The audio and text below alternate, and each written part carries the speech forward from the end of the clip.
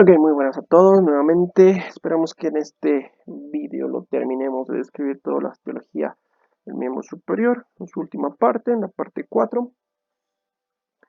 Y bien, vamos a describir los huesos del carpo. Los huesos del carpo son muy regulares, ¿ok? Para empezar, son un número grande, son 8 huesos que tenemos que escribir, todos que son distintos uno de otro, ¿sí? En los cuales vamos a asumir que todos son huesos cortos, en el sentido de que al ser un hueso corto va a asumir que tienen 6 caras, ¿sí? 6 caras, y nada, que son huesos muy pequeños. Ahora, miren, nos podemos tardar un montón de tiempo describiendo uno por uno cada artícula, cada carilla articular, cada estructura pequeña que tiene, pero me parece un poco irrelevante, en el sentido de que no nos serviría de nada saber todas las carillas articulares, más si yo creo que tenemos que enfatizar en ciertas estructuras que tienen cada hueso en específico y en su conjunto en realidad, ¿sí? Teniendo esto en claro, pues empecemos la descripción de los huesos del carpo. Para empezar, ya habíamos mencionado que hay 8 huesos del carpo, ¿sí? Que los vamos a dividir en dos filas, una fila superior, la fila superior de los huesos del carpo, y una fila inferior, la fila inferior de los huesos del carpo, ¿ok? La fila superior de los huesos del carpo está conformado, como verán acá, por 4 huesos, al igual que la fila inferior. 4 huesos arriba, 4 huesos abajo. La fila superior de los huesos del carpo está conformado de lateral a medial por los huesos escafoides, ¿sí?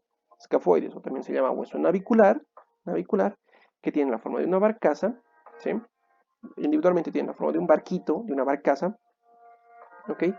Que hacia arriba tiene articulación con el radio, hacia abajo con otros dos huesos. Eso lo vamos a ver después. Medial a este vamos a encontrar el hueso semilunar, ¿sí? Semilunar, que tiene forma de una semiluna, un luna en cuarto menguante, o también se llama hueso lunato.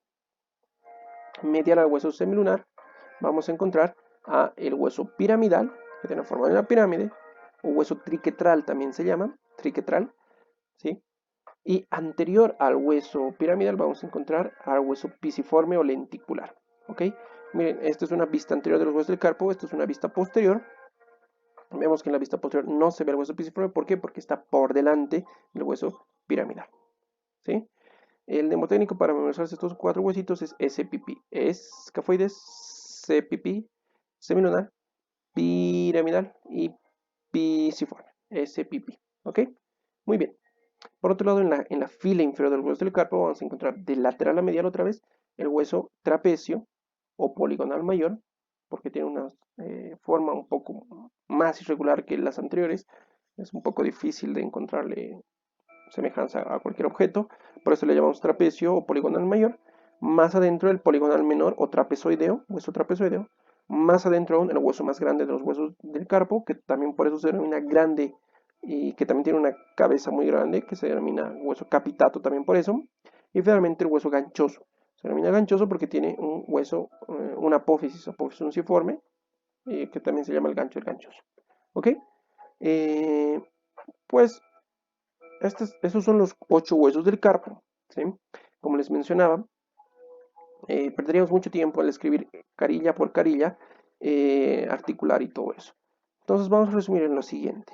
Vamos a resumir que el hueso escafoides y el hueso semilunar, incluso parte del hueso piramidal, se articula con los huesos del antebrazo, ¿sí?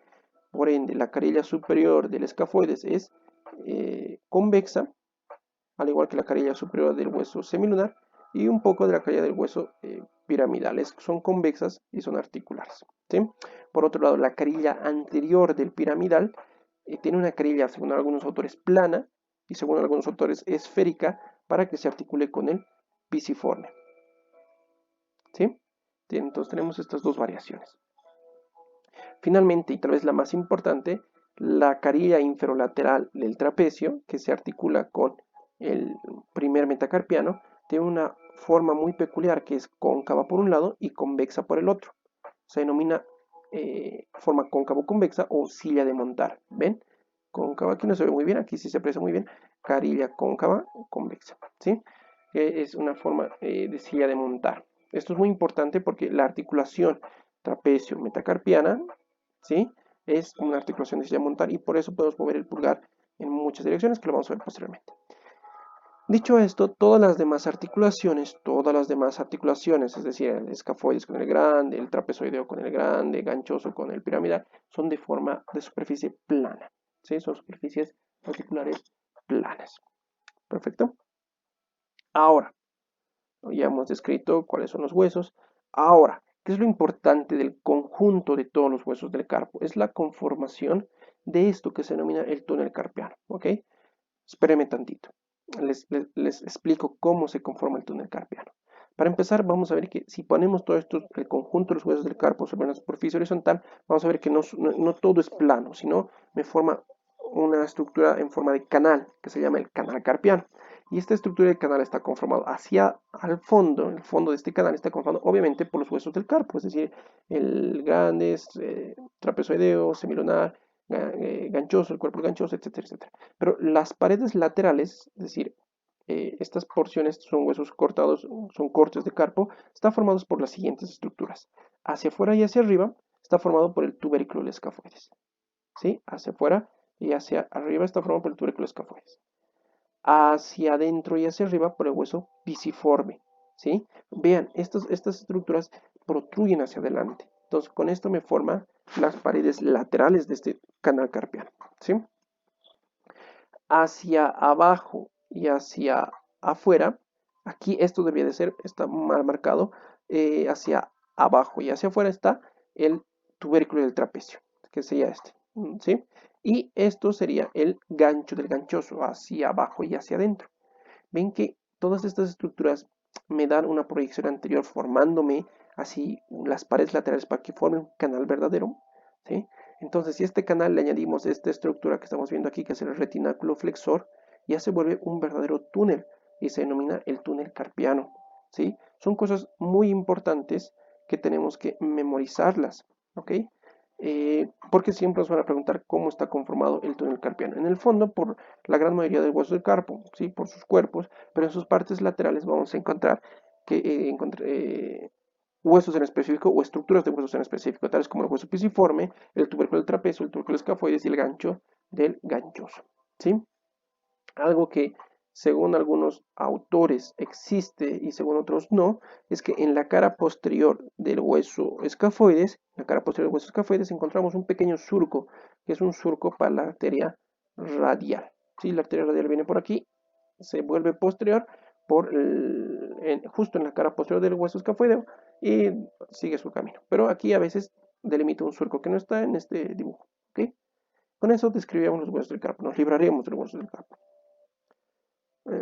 Muy bien, vamos a los huesos del metacarpo. ¿Sí? Los huesos del metacarpo son 5, son huesos largos, y al ser huesos largos pues tienen forma alargada, es decir, tienen una diáfisis y dos epífisis cada uno, ¿sí? Y cada uno va a tener características comunes, como también van a tener características individuales. Entre las características comunes son esas, que tienen una diáfisis y dos epífisis cada una, que sus diáfisis tienen forma de prisma triangular, como vemos claramente aquí, con tres caras, internas, externas y posteriores, que en sus epífisis proximales, en sus epífisis superiores se van a articular con los huesos del carpo, y en sus epífisis distales con las falanges proximales, y sus epífisis distales o inferiores van a tener formas de cóndilos, ¿sí? Estas serían sus características comunes.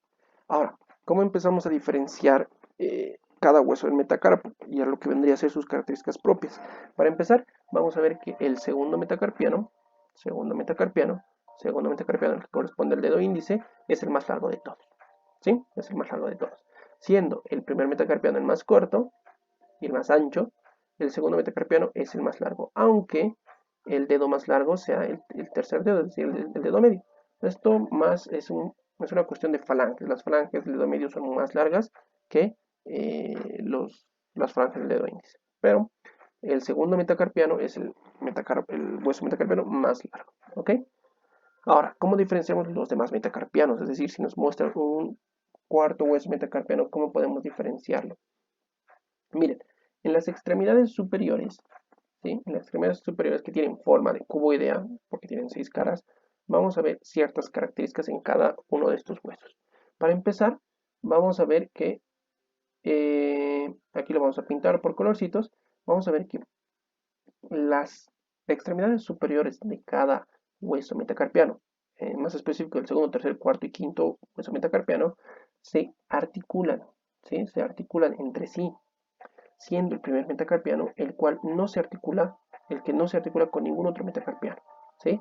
Por ende, cada articulación de cada hueso metacarpiano me forman carillas articulares, ¿sí? Carillas articulares, laterales y mediales para cada uno. Ahorita les explico esto mejor.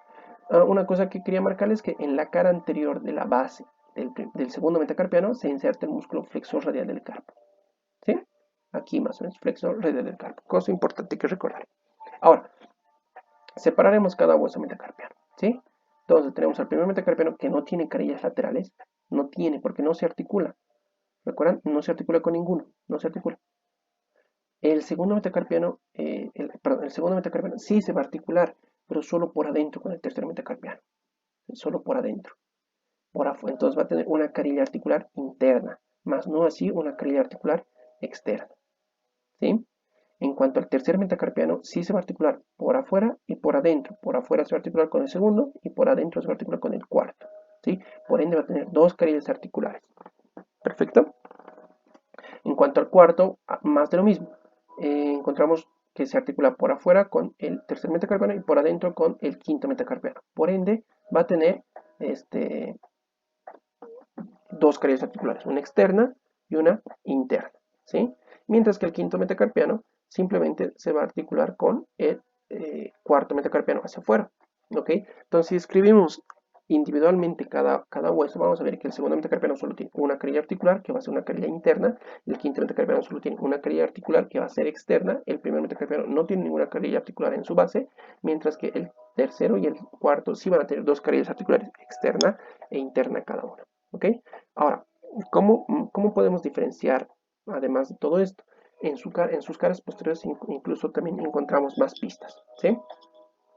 Miren, esto digamos que es una versión posterior del esquema de lo que estaba mostrando, una versión posterior. Por ende, aquí tenemos el dibujo para que nos ayude. ¿Qué vamos a encontrar? Apófisis estiloideas de cada hueso. Vamos a empezar por el quinto metacarpiano.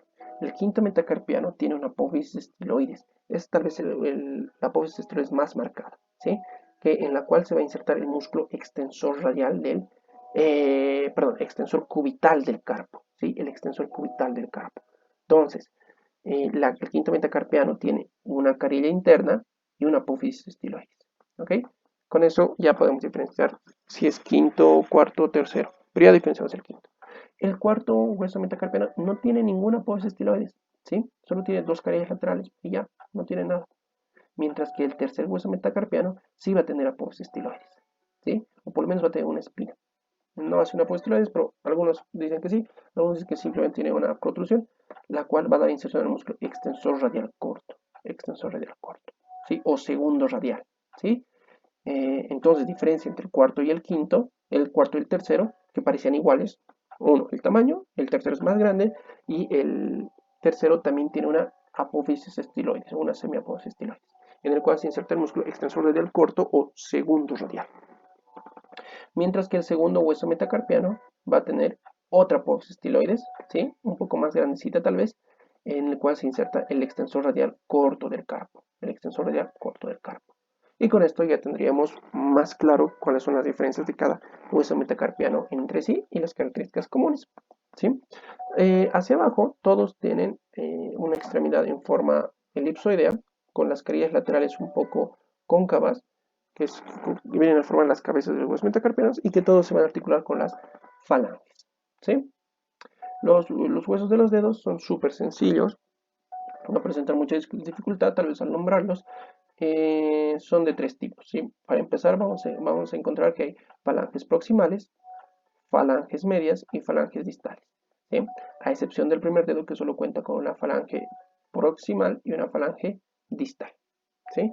Los demás cuatro otros dedos cuentan con falanges medias, o también se denominan falange, falanginas y falangetas, ¿sí? O falanges, sí, esos son sus nombres.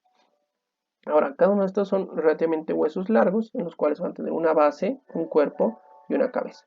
La cabeza en este caso va a ser de forma de polea, ¿sí? Va a tener dos eminencias bien marcadas que van a ser de forma de poleas para que se articule con la siguiente falange, ¿sí? Esto en cuanto a las falanges proximales y las falanges medias. Su base, sobre todo en la falange proximal, va a ser de forma de cavidad esferoidea, ya que se va a articular con el hueso metacarpiano correspondiente, entonces no hay ninguna dificultad. Sus caras anteriores usualmente son cóncavas y sus caras posteriores usualmente son más convexas, ¿sí? Porque en las caras anteriores vamos a encontrar los músculos flexores, que van a ser dos, y atrás simplemente va a ser uno. Perfecto. Cosa importante, en la articulación metacarpo-falángea del primer dedo, encontramos estas dos estructuras, que son los huesos sesamoideos, que son dos huesos extra, aparte de las falanges, los cuales tienen, perdón, disculpa, tienen la función de insertar a ciertos músculos, ¿sí? Esto simplemente vamos a encontrar en la articulación metacarpofalángica del primer dedo. Vamos a encontrarlo igual en la articulación metatarsofalángica del primer dedo, igual del hallux, igual estos dos huesos sesamoideos. ¿Ok? Y las falanges distales en sus extremidades más inferiores, pues no tienen más que una apófisis en forma de herradura. ¿Sí? Y con esto habríamos terminado la descripción de todos los huesos de la extremidad superior. Les agradezco un montón la paciencia y pues nos vemos para los siguientes temas.